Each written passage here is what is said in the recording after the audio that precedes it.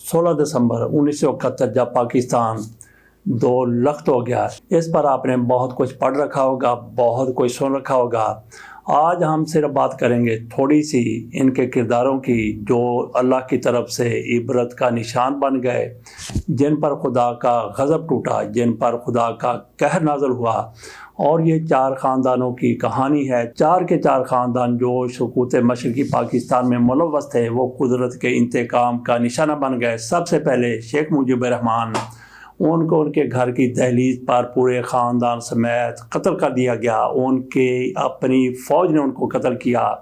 اس کے بعد اندرا گاندھی، ان کے ساتھ جو قدرت نے کیا وہ بھی دنیا نے دیکھا، خود قتل ہوئی۔ ان کا ایک بیٹا راجیو گاندھی وہ قتل ہوا، اور ان کا دوسرا بیٹا سنجے گاندھی جو جہاز میں ایروبیٹکس کرتا ہوا حادثے کا شکار ہو گیا۔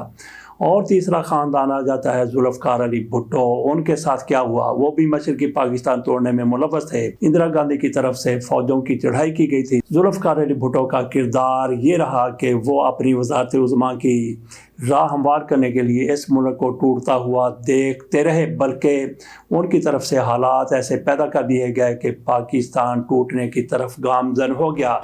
ذوالفقار علی بھٹو کو ایک قتل کیس میں پھانسی کی سزا سنا کر اس پر عمل بھی کر دیا گیا۔ اس میں ہو سکتا ہے کہ وہ بے گناہ، لیکن اتنے لوگوں کی موت کے وہ ذمہ دار یقیناً تھے۔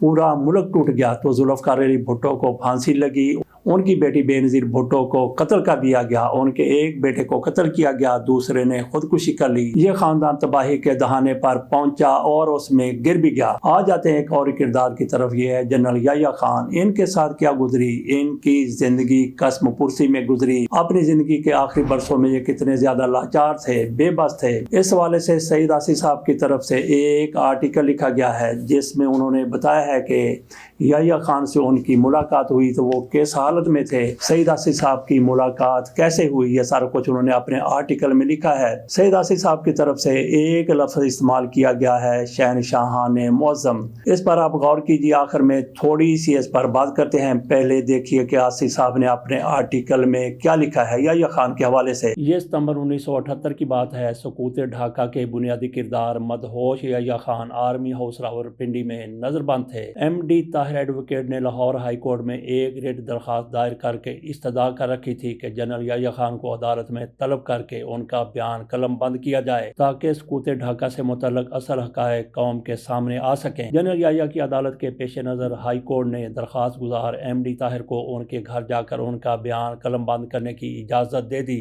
جنرل یحییٰ خان سانحہ سقوط ڈھاکہ کے بعد باقی ماندہ پاکستان میں ذوالفقار علی بھٹو کے بطور سول چیف مارشل ایڈمنسٹریٹر اور بطور صدر پاکستان اقتدار میں آنے کے ساتھ ہی قید کر لیے گئے تھے، جن کے بعد ان کا باہر کی دنیا سے رابطہ مکمل طور پر منقطع ہو گیا اور آرمی ہاؤس میں نظر بند کر کے ان کی نقل و حرکت پر کڑے پہرے بٹھا دیے گئے۔ چنانچہ نظر بندی کے پورے عرصہ میں ان تک کسی اخبار نویس عام آدمی تک کی رسائی نہ ہو سکی۔ اسی نظر بندی میں ان پر فالج کا حملہ ہوا اور وہ اپنے بیڈ کو سٹریچر میں تبدیل کر کے اس کے ساتھ چپک کر رہ گئے۔ میں ان دنوں ایم ڈی طاہر کے ساتھ وکالت کی اپرینٹس شپ کر رہا تھا اور ساتھ ہی ساتھ صحافی کے طور پر بھی فرائض ادا کر رہا تھا۔ چنانچہ موقع غنیمت جان کر میں نے ایم ڈی طاہر کے ایسوسیٹ کی حیثیت سے ان کے ساتھ جانے اور یحییٰ خان کا انٹرویو کرنے کی ٹھان لی۔ ایم ڈی طاہر بھی یہ شرط پر آمادہ ہو گئے کہ میں وہاں خود کو صحافی ظاہر نہیں کروں گا تاکہ یحییٰ خان تک رسائی میں کوئی رکاوٹ پیدا نہ ہو اور ہائی کورٹ کی ہدایات کی روشنی میں ان کا انٹرویو کر لیا جائے۔ اس وقت موٹر وے کا تو کوئی وجود نہیں تھا اور جی ٹی روڈ بھی ٹوٹی پھوٹی تھی۔ چنانچہ رات بھر کا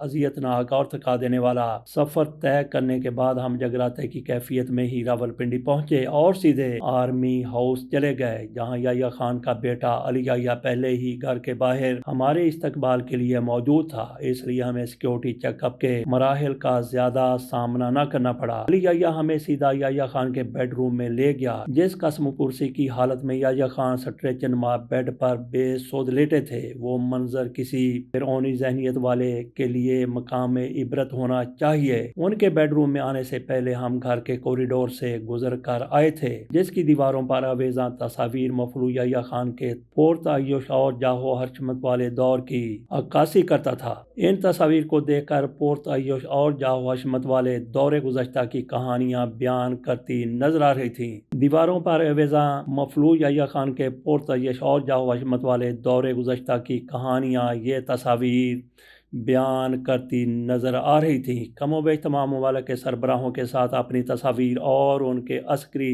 دور کے یادگار واقعات کی چغلی کھاتی ان کی کئی تصاویر بھی آویزاں تھیں۔ سانحہ سقوط ڈھاکہ کے وقت جنرل نیازی کی بھارتی جرنیل اروڑا کے قدموں میں بندوق رکھ کر سرنڈر کرنے کی تصویر بھی آرمی ہاؤس کے کوریڈور میں نمایاں جگہ آویزاں تھی۔ اس کا مقصد اپنی غلطیوں پر عبرت حاصل کرتے رہنے کا تھا یا کچھ اور تھا؟ مجھے اور ایم ڈی طاہر کو یہ تصویر بہت ناگوار گزری، مگر یہ رد عمل کے اظہار کا موقع نہیں تھا۔ جنرل یحییٰ خان کا لقوہ زدہ چہرہ ٹیڑھا ہو کر اور بھی بھیانک نظر آ رہا تھا، جبکہ فالج کے حملے نے ان کے پورے جسم کو بھی بے سود بنا دیا تھا۔ صرف آنکھ کی پتلیوں کے اشارے سے یحییٰ خان نے ہمارا خیر مقدم کیا، مگر زبان کی لکرت نے کوئی ایک لفظ بھی ادا کرنے کی انہیں مہلت نہ دی۔ انہیں لاہور ہائی کورٹ کے احکام سے پہلے ہی آگاہ کیا جا چکا تھا، جس کی روشنی میں ان کے بیٹے علی یحییٰ نے پہلے ہی ان کی جانب سے ایک بیان ضبط تحریر میں کر کے انگلش میں ٹائپ کروایا ہوا تھا، جو میری اور ایم ڈی طاہر کی موجودگی میں علی یحییٰ نے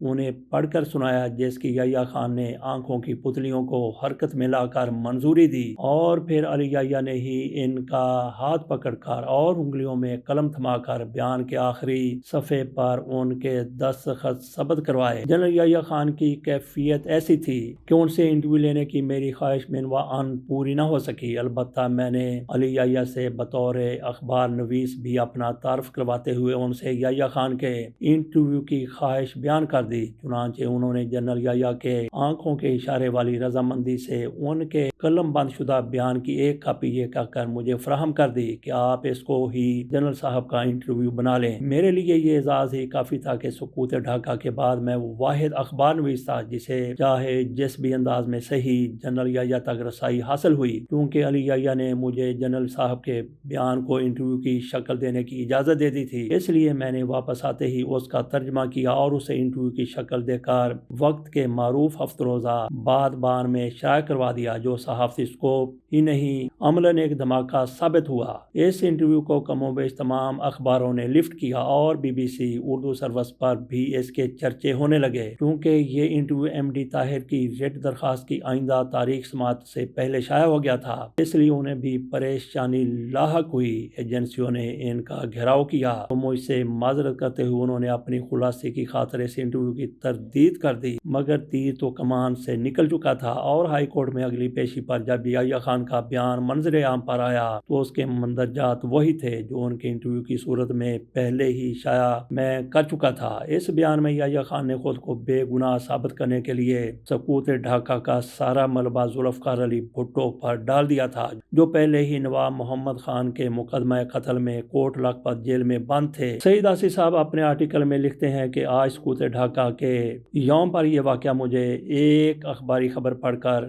اس حوالے سے یاد آیا کہ کسی کے انجام سے عبرت حاصل کرنا شاید انسانی جبلت میں شامل نہیں ہے۔ اپنے مدہوش اقتدار کے مزے لوٹتے جنرل یحییٰ خان جس اذیت ناک انجام سے دوچار ہوئے اور فالج کی حالت میں برسہ برس تک بستر پر پڑے رہے، بے بسی کی موت مرے، یہ سانحہ تو سارے شہنشاہان معظم کے لیے مقام عبرت ہونا چاہیے، مگر عیش کوشوں کو اپنے طرز عمل والے پیش روؤں کے انجام سے عبرت کیوں حاصل نہیں ہوتی، اور وہ کیوں اسی ڈگر پر گامزن ہو کر خود کو اسی انجام کی طرف لے جاتے ہیں؟ خدا کرے کہ کبھی ایوان اقتدار کی راہداریوں میں سے اس کا جواب مل جائے۔ آپ کے سامنے یہ تحریر رکھی سعید آصف صاحب کی، شہنشاہان معظم، جس کا ہم نے شروع میں ذکر کیا تھا۔ یہ جس دور میں بھی ہوتے ہیں اپنے آپ کو خدا سمجھتے ہیں، مخلوق کو یہ چیونٹیوں سے بھی کمزور سمجھتے ہیں، کمتر سمجھتے ہیں، اور پھر انجام کیا ہوتا ہے؟ جو انجام ان کا ہوا۔ تو یہاں پہ کہنا ہم نے یہی ہے، آج کے بھی کچھ لوگ اپنے آپ کو خدا سمجھتے ہیں۔ خدا سے ڈرو، خدا مت بنو۔ اجازت دیجیے، اللہ حافظ۔